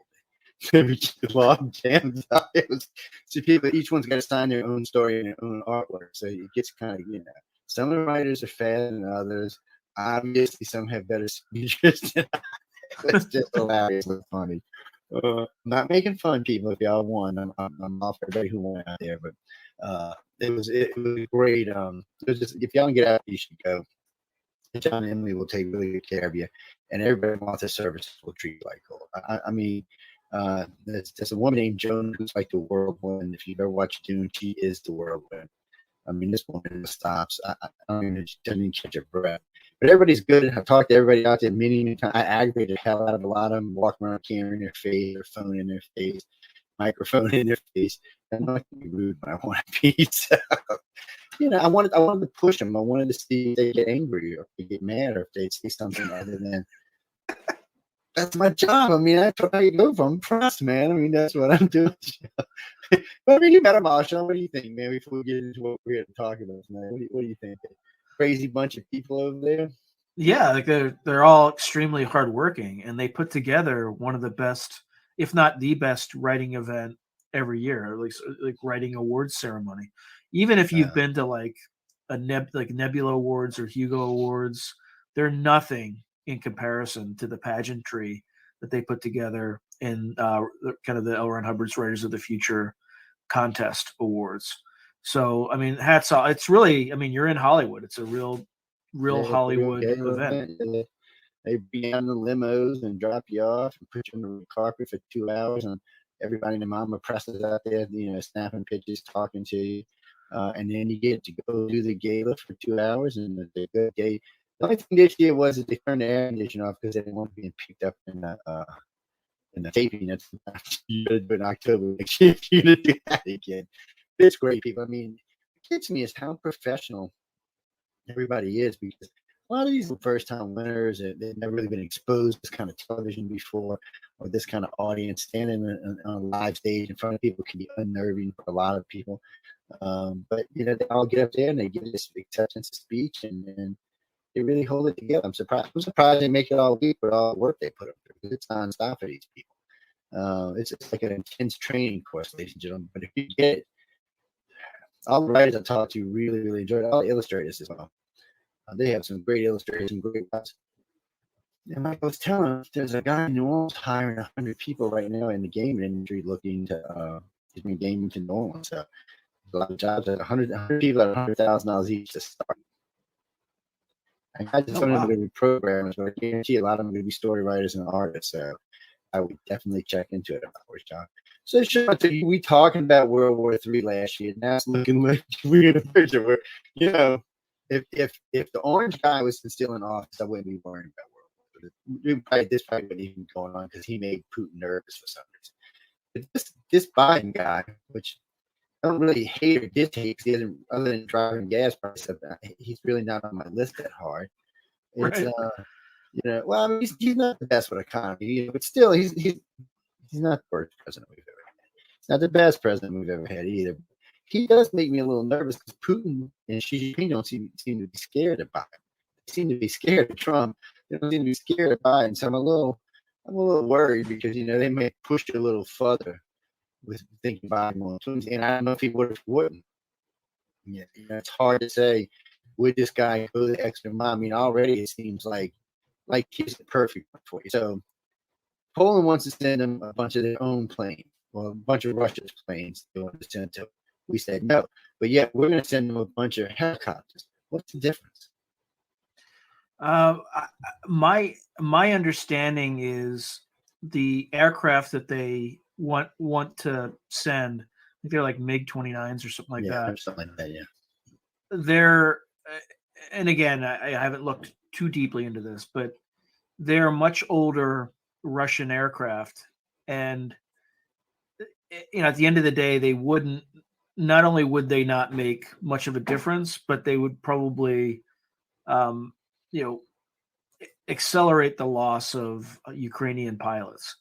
So the other issue too is like, another question people might have is, well, why don't we just send them M1 Abrams tanks? Um, and again, there's nuances behind things like that, because M1 Abrams is a much more expensive tank than say a T-72. They're the parts would have to come from the U.S. We have to supply that, whereas for T-72s the parts are readily available everywhere in Eastern Europe.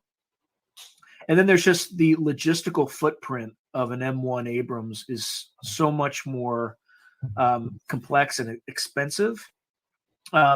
Because it drains like gallons to the mile, right? Like 1 mile, just to move 1 mile to consume, I don't know, something crazy like 25 gallons, right? So it's not like 25 miles per gallon; it's like 1 mile per 25 gallons or something like that. So you're dealing with this massive logistical footprint. So the way that you have to look at this fight is it's kind of the politics of good enough, the politics of getting the right equipment to the Ukrainians in as much mass as possible and in a way that they don't need a ton of training time to get up to speed. They can just use it right away.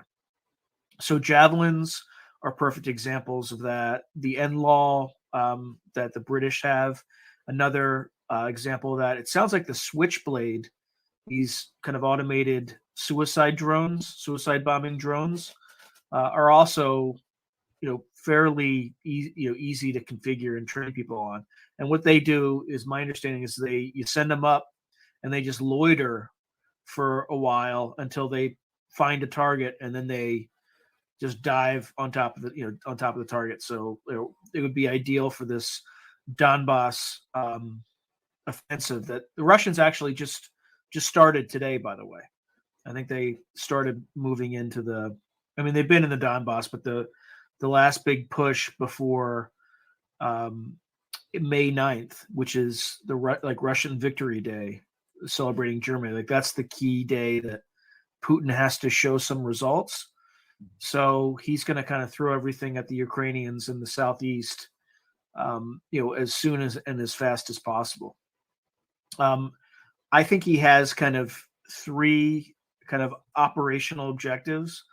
The first is to subdue Mariupol. That, I think they've narrowed the Azov battalion down to, or cornered them at this steelworks plant, which it's a massive plant, but that's, they were yesterday, or a day to 2 days ago, the Russians gave them a surrender or die ultimatum, and the Ukrainians obviously rejected the surrender. So that's ongoing. That's kind of the, once and if the Russians are able to subdue Mariupol, the secondary, or the next big phase is going to be focused on closing the salient at Severodonetsk. It's hard. I can't pronounce it properly. Which is the salient where there's Ukrainian forces that the Russians are trying to encircle with a pincer movement in the east, in the kind of Donbass region. And then the third operational objective that he likely has is to seize Odessa. And the reason that he needs to, and that might be kind of a bonus, I don't know if he's going to be able to accomplish that aim, especially since the Ukrainians sank the Moskva, right, with their Neptune missiles. Embarrassing. Yeah, no, that was just embarrassing, is what that was. Yeah, but you know what? Like, the Ukrainians had the capability, and they pulled it off. So that's going to make things a bit harder in kind of getting to and seizing Odessa. But if Putin is able to capture that far, he ends up strategically denying the Ukrainians access to the Black Sea. And then, if he were to stop there, declare victory, and then go home, he wins. And the reason he wins is by cutting off the Ukrainian economy from the Black Sea, he can prevent, he can put a damper on their economy, weaken them, because that's typically where and as you know, the Ukrainians have a huge, are huge suppliers of grain worldwide.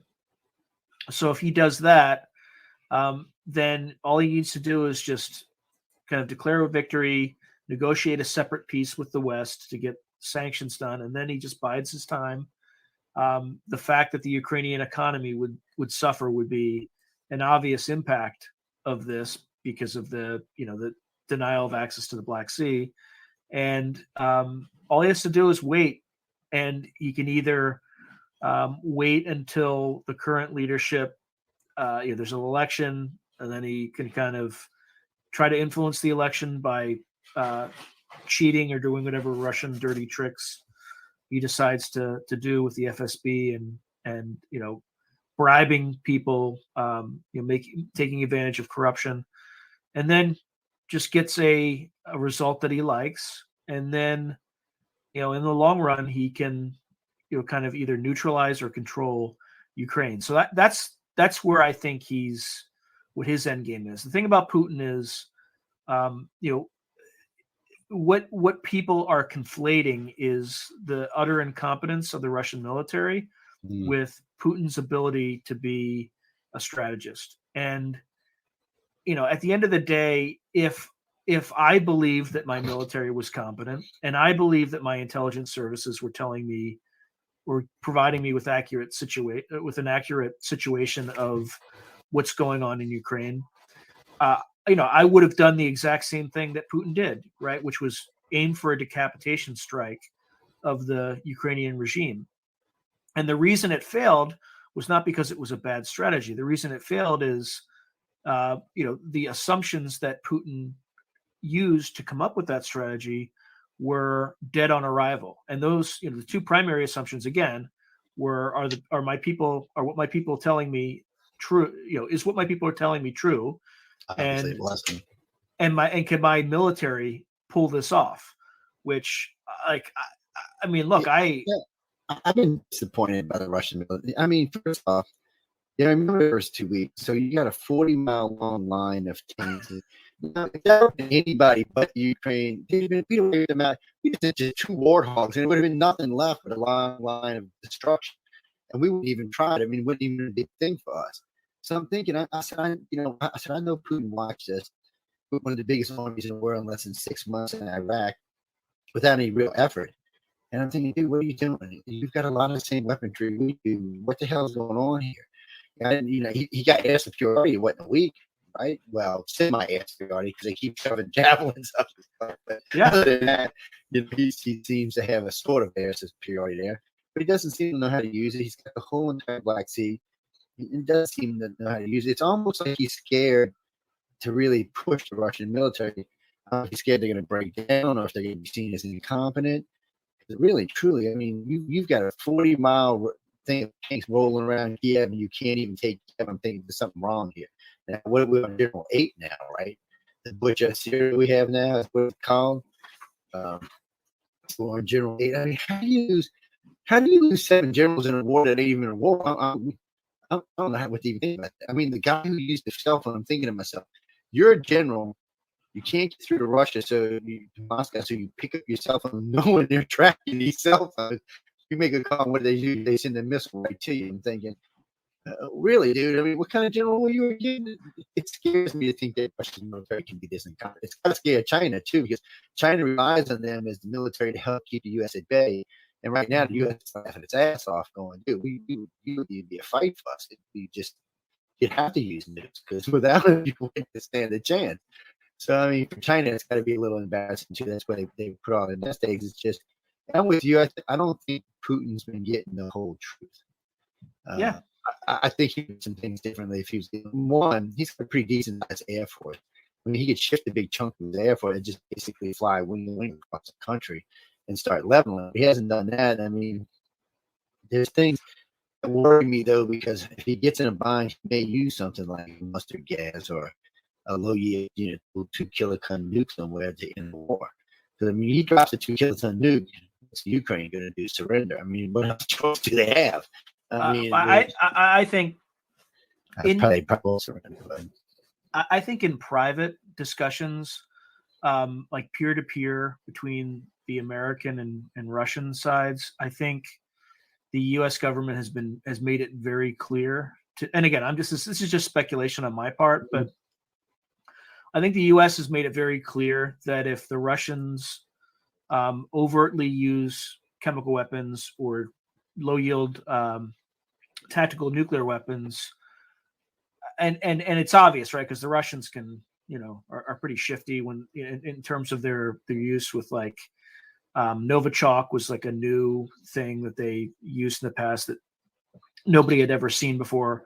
They'll provided that we can verify that they've used the chemical weapons. I think what we likely have told Putin's people in private, use any of these weapons against the Ukrainians and we can prove it, we will enter the conflict and start destroying Russian combat power in Ukraine.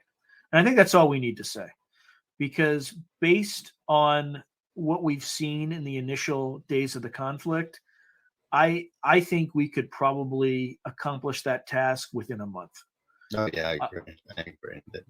We've got enough support in Europe right now that it wouldn't be. I mean, between us and our allies, I don't think it'd be a big deal to take most of Russia out of there within a month. And I don't know if Russia would want to put any more troops or planes in, because that's just losing. That's a losing battle for them. I mean, all they would be doing is expending materials that they couldn't make, so they would just be loot tanks. Oh, by the way, yes, Jeffrey, thank you for that. The Mi-17 helicopter is not going to be sent to the Ukraine for some reason. The Biden administration backed that. Really? Yeah. The Mi-17 is the HIP, right? Like the transport helicopter? Yeah, it's basically it carries some light weaponry, some rockets on it, but nothing major. It's just, I think it was like 17,000-pound cargo helicopter or something. He pulled out a send them. I don't know why. I understand why he didn't send the Soviet MiGs, because for 2 reasons. I agree with Sean said earlier, they're kind of ancient and it would be easily shot. Even though for strikes, like when we were talking about those lines of tanks, would have been a great piece of equipment. That's a little bit different. That's more of a direct attack on Russia. We're funding them with planes that can see helicopters and cargo planes that you can attach missiles to. We can't have if they stuck missiles on there. Not our fault.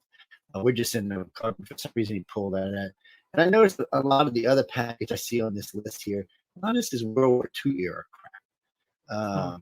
I mean, don't get me wrong, things like houses, 150 millimeter houses will work against a lot of things. I mean, they'll rain hell on you all day long.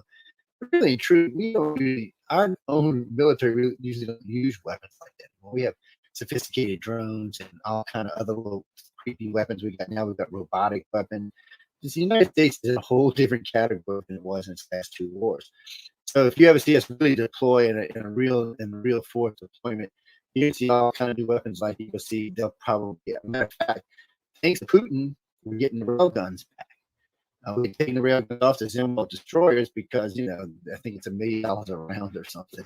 Have you ever seen this? Have you ever seen the original Zimwalt with her two railgun is a beast. So this thing's going through what is it? Bikini Atoll. It's got some old World War II airships left over from all the times we nuked them. They're all floating out there, right? This thing comes cruising on about 30 miles away, and just opens fire. It just basically just decapitates every ship out there. It's the top of. There's no way you're going to stop these things. They're going too fast, and they're too solid. You're not even going to shoot them down with missiles, or they're too small. Shooting missiles and light armor is not going to hurt any.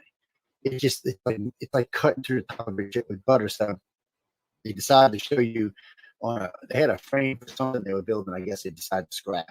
This thing shredded it like it was. I'm telling you, these guns alone get close to any navy. They don't even need any missiles, and you can see the Zimwalt. The Zimwalt is, I think, it identifies as a speedboat.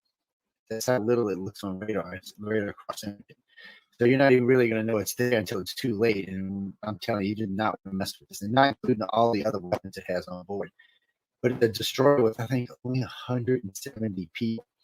Put this in perspective, the World War II was usually somewhere around 2,500 to 5,000, depending on what kind of destroyer it was or battleship. I mean, the carriers today hold 5,500. Just to put it in perspective, this thing sailing around with only, it's got all kind of systems on it that rebuild themselves, recreate work cells, repair themselves. This is definitely state of the art. It is definitely nobody wants to be tangling with this thing. I remember when Xi Jinping seen it the first time when anybody ever seen it in public. They had a picture of Xi Jinping, right? He's watching it on TV. You just see his eyes go, "Oh shit, what is this thing? Where did this thing come from?" Immediately, he's out there talking about hypersonic missiles. And to help people understand what a hypersonic missile is, you do, people, in case y'all didn't know this, all ballistic missiles are hypersonic missiles, all of them. I just wanted y'all to understand that. It's not that we don't have them, we just have these little mini ones that they got, which, from what I understand, is not very far off. Cruise missiles at hypersonic speeds are just deadly. You can still shoot them down. The problem with this is they want you to think you can't shoot them down. Yeah, if you're like 10 miles, you're probably not going to shoot it down. But if you shoot just like we shoot a cruise missile, you have plenty of time to shoot it down. Just because it's traveling at 5,000 instead of 3,000 doesn't mean you can't shoot it down. You just got to be a little bit more accurate. I just don't like the hype. Yes, guys, just went in the Navy and all of this stuff. And it's not quite what everybody's made it out to be. But for a close range weapon, like against a shore or close to a ship, it'd be deadly. There'd be no stopping it. It would already be. But the problem Russia has, like everything else, to date, since 2014, Russia has attempted to launch no less than 71 ballistic missiles. Of only 2 got off the ground. Obviously, they've got issues because they've been around. These are Soviet weapons. At least ours are a little bit newer. Not much, mind you. In all fairness, I don't know if I was going to fare any better. There has been failures on our side as well. Not as many, but still. I mean, these weapons have been sitting around for 30, 40, 50 years. You don't know what's going to happen when you hit the button. You might just go bloop, not do anything. Maybe blow up on a pad. You just don't know until it's just something we shouldn't be relying on. At least George Bush decided to develop what do you call it? The planet killer. 200 kilotons. Yeah. Basically, it's a hemisphere killer is what it is. It pretty much ripped the hemisphere off the top of the planet. You Aussies might survive, but the rest of us would be melted. I don't know why we need weapons like that. Sheer destruction. I guess it is just sheer destruction, isn't it? See, that's what scares me. What does Putin have in his arsenal that we don't know about? What do you think he's hidden weapons? He's got some nasty chemical weapons. I know that. I can't really talk about them, but he's got some nasty, things there. They still have, tactical nukes. We pretty much removed them from our arsenal years ago. So I think the Russians see it as just an, like an escalation, like staircase, basically. Whereas we see it's kind of more of an analog view of the world, where it's a continuous line of escalation, where we see it as digital, right? It's either no nukes or nukes, right? Yeah, and real nukes or no nukes, yeah. And that's kind of it's not. I mean, it's not necessarily a problem. It's safer for the planet to be that way, but we can also escalate it much faster than they can, right? Yeah, we go to 0 to 1 in half a second. So I don't think this will result in any nuclear exchange, although the Russians have been playing it pretty fast and loose. So they flew 2 Sukhoi 24 aircraft over the Swedish island of Gotland, and they were said to be carrying nuclear weapons on board. Yeah, and that's the reason they joined NATO. I mean, wouldn't you? Well, that's super reckless. I remember when I got the phone call, he said, "Joe, Scandinavian countries joining NATO. What the fuck is going on?" He says, "World War III starting." I said, "What are you talking about?" I turn on TV and sure, I'm like, "If you're dumb enough to fly a nuke over the top." See, that's one of the things I don't understand about Putin here. He's bitching about NATO. All he did was make NATO wake up. Now, NATO was snoozing on overdrive, just cruising along, not even thinking about Russia as a threat anymore. We were more worried about China, and even China we weren't really worried about, because China wants to be rich like the United States. This nuclear war is not conducive to being rich. So we weren't really thinking about this, and then here comes Putin, going to wake up the whole planet. Now, all of Europe's flipped out.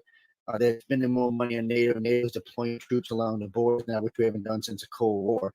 At one time we had 300,000 troops in Germany. Now we're talking about putting them back there. And I'm like, man, come on. I mean, I think last I heard we were down like 50,000 over there. So that was a big drawdown. But it looks like they're going to put them back now. And we're talking about deploying troops in other places, in Poland and other countries. Before America knows, we're going to have 1 million troops deployed again. It's a huge army because you remember this, ladies and gentlemen, when we deploy 1 million, we have to keep 1 million at home. So that means we have to double the size of our military every time we do this. So at one point, our military was huge. It was spread all over 3 to 5 million, and it finally got under control after the Iraq wars and downsized it because we didn't really think there were any threats other than hotspots. We're going to change that and make us have to escalate again. And it's just a waste of our money. We could be spending on something else. I'm with Elon. I'm ready to go to Mars, man. Let's stop trying to blow shit up on Earth. Let's go to Mars. I don't know if you heard Elon say this. This was great. Ladies and gentlemen, Elon Musk kind of reminds me of one of the James Bond movies, Moonraker. The guy who went up in space was going to wipe out the Earth because he wanted to make a perfect thing. So he wants to go there and establish his own colony with his own rules. Okay, that's fine. I can understand that. Then he's talking about establishing several colonies with their own rules under Elon Musk and developing weapon systems that can deploy to deter the United States and Russia from coming there without permission. I was like, wait a minute. Dictator, what the hell's going on here? Things like that bother me because Elon's the kind of person that can pull this off. Yeah, it's amazing that one man can pull this off, but this guy can actually pull it off. And if he gets Bezos or what's his name on the same side with him, ain't no stopping these guys. I said this when I first started doing radio 25 years ago. I used to preach this. You ever want to see the space race really take off? You ever want to see us really make progress in space? Privatize it. We've privatized it, and it's booming all over the place. It makes the Russians, the Chinese, and Americans look like they're going backwards at how fast the technology is growing here. I mean, come on, Elon built a bunch of SpaceX shuttles and just gave them to NASA, and that's why I'm building them on. I'm going back to building my rocket to go to Mars and the moon. So, and I've got a bunch of reusable craft that they can both use the rockets and the capsules, which NASA can never seem to qualify right without blowing up. And here we are, this man wanting to go. Maybe he knows what's coming. Maybe he knows Russia can't be trusted. Maybe he doesn't want to live on a planet that glows. I'm just saying, people. Right now, with China, I don't see it's hard because nuking the Ukraine is like nuking Russia anyway. Because any fallout from the Ukraine is going to fall out in Russia because of trade wars. Same problem the United States and China has. We can't nuke each other because, in case all y'all forget this, every so often our country gets covered in this red dust that comes from where? China. We share the same jet stream and the same wind. So if they nuke us, they're nuking themselves. If we nuke them, we're nuking ourselves. Russia's a little bit higher, won't be as bad to them, but for us and China, it's a direct trade one. You can't nuke one without nuking the other. So if you decide you're going to destroy the United States, you just decide you're going to destroy yourself. It just has to be. And if both countries nuke each other, the amount of radiation circling the globe at this time in the northern hemisphere will pretty much just wipe everything out. Now, you people in the southern hemisphere might have vision of the winds change, and the only thing y'all going to have to worry about is the convection currents carrying radiation through the wall up and down there. You might be able to survive that. The rest of us know, sorry, we're going to be a big glowing mass on the top of the planet. And who wants to live, look at it from Xi Jinping and Putin's side. Who wants to live in an underground base until they die? We had a big, beautiful blue planet. I know Putin's got kids. I know two of his daughters he's really into. The one who's a neuroscientist, she's running some big lab over there. He don't want her living there. He wants her out in the pub, enjoying her life and showing, hey, look what my kids can do. He doesn't want to live, even though he's crazy now. I have noticed he's gotten a little, it was scary when Trump came out and said he was crazy. I was like, wait a minute, what do you mean Trump, he's a little crazy? No, he's kind of a little crazy before I could talk to the guy. And he is weird. A lot of people said you'll notice when he has his cabinet together, they're like 7 sitting at this end together. Yeah. He has Putin way down on the other end of the table. And I'm sure it's a COVID thing, but people saying he's becoming patched, unreasonable, and not willing to talk. And this is coming from his own oligarchs, some of them that have now put bounties out on Putin. There's currently now $11 million to take Putin out, put out by 3 of his so-called buddies. I'm sure if he gets his hands in there, they're dead too, by the way. So that's another thing. Risking pissing Putin off as an individual is dangerous. I mean, he's killed people over the years. Yeah. polonium and into that. Novichok and dioxin. Likes to use Well, a lot they of that said he stuff. was. They said he was in on the Cuban. When the Cuban used the what the hell they use against With the the nitrogen- sickness, like the strange that, sickness that they're all having. they were using. I forget what, it wasn't microwaves. It was some type of wave they were using, and it's something like a microwave. And damn, so long ago. Yeah, a microwave would do something like that. Yeah, so, locally, oh God, people I've seen microwave do horrible things. I've seen a guy. Quick story: I was working. The U.S. Navy is on. It's still in tech school, by the way. I just finished up special forces. I was in tech school in Millington, Tennessee, of all places. And I was working in the flight control center. We were updating radar systems. 2 were on, 2 were off. So they get this button on the side, and that flashes let you know it's on. You don't want to open up a panel when it's on because it'll crisp you. I mean, it's a serious amount of microwaves going through here. This isn't like you little. It's just serious. So while working, I was open the other side. I just shut down the unit. I was taking it apart and putting the new transmitter, whatever the hell they call it. And I just got through putting it in, and I seen your boy pull the panel. I said, "Dude, is it off?" And you just heard him start screaming. It just cooked his whole side in under 30 seconds. Cooked it. He was dead. I mean, he was just dead. And he dropped. It was basically, and I don't even want to tell you what it smelled like. It was horrible. It was. And meanwhile, the panel was now off, and the machine was ass. It was bouncing microwaves all in this building. It actually burnt a hole through the side of the damn building to get out. It was crazy. And finally, I managed to relay it to a main switch. I just cut the whole power off the whole tower, which is extremely dangerous because we had aircraft in flight.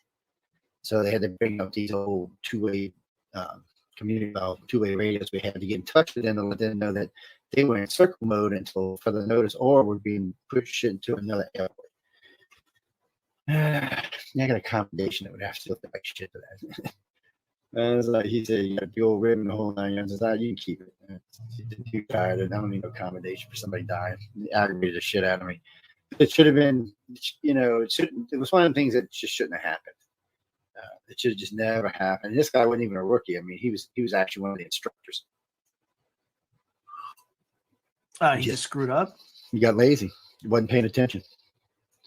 He just wasn't paying attention because you always before you because the light's flashing, so you push the button in, so it turns off the light. They're not even supposed to unlock until you push the button in and the light goes off. And because there's several ways to turn off, but when you're doing it where there's a hard switch that cuts the whole unit off. I don't know if he thought he hit it or he didn't hit it, or maybe the light was not working or something. But it was instant. I mean, it was just instantaneous. And just weird. I watched one burn a hole through the side of a conning tower on the USS Nimitz. Idiot guy playing with it. I said, "Dude, is that thing off?" He said, "Yeah, it's off." I said, "Dude, are you sure it's off?" He said, "Yeah." I said, "Dude, why don't you double check?" And I still remember the lieutenant commanders in the bridge because the captain was, I don't know where he was, and the first officer wasn't there because we were just sitting. And I still remember, I said, "Man, you got to make sure that stuff. That thing gets to bouncing around here. It's going to wreck some serious equipment. We're going to all get in deep shit." And I still remember the lieutenant. He said, "What is that smell?" I'm like, "What is that smell?" And then you hear the guy. He's cursing in 5 different ways. All of a sudden, you see daylight coming from underneath the equipment. It actually went melted through this. I mean, you got to remember, this thing's reinforced to take bullets and explosions and shit. I was like, "Oh, I'm not telling the captain." I said, "I'm not on duty. Screw y'all." Well, I wasn't in charge on duty, so I still remember this poor lieutenant commander. He says, "Man, my first day on the bridge, I'm gonna get fired." I'm going to the break. I was like, did he get fired? No, but he got a lot of shit over it. We all had to go see. We all had to go to captain's, man. I still remember. He said, "Joe, what's going on here?" He said, "You've been on my boat for a while." I said, "I had nothing to do with it, sir." I said, "I asked 30 times, is it off? Is it off? Is it off? Is it off?" I said, he outranked me. What can I say? He's like, "Yeah, not anymore. He doesn't." I got promoted to get the motor. I was like, "Okay, man, it's just shit that happens." I mean, what happens is it gets intense when you're on this. Same thing for these guys over in the Ukraine right now. These Russian guys didn't want to fight. You could see it in their face. They thought they were on maneuvers. They had no idea they were going to kill people.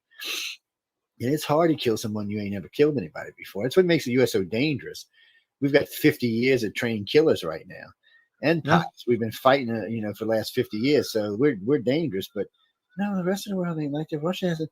When's the last time Russia did anything? Well, we'll say Syria, but that was a joke. Afghanistan was the last time they were really involved in anything. They got their asses handed to them over that. Thanks to, over-the-shoulder rocket launches. Yeah, which are sending the same things. Yeah, to so we're Ukraine doing right the now. same. That's the Ukraine. And that's another thing. How do you? It doesn't look like Russia could, even if they could take the Ukraine, it doesn't look like they could hold it. I don't know if they've Yeah, got the I don't. people to hold it. I mean, what's Russia? About Well, 180 million people now, and probably only 40 or 50 No. million of them are front page. No, they have 144 million, Yeah, and that's down. That's down Yeah. from 148 million in 1992. That's not good. They're going downward. And I mean, they're a big, No. huge country too.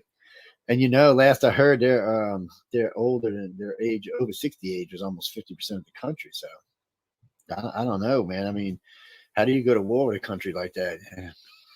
Well, that's the other thing too. If you look at the age group that's pre-prime military age, it's shrinking.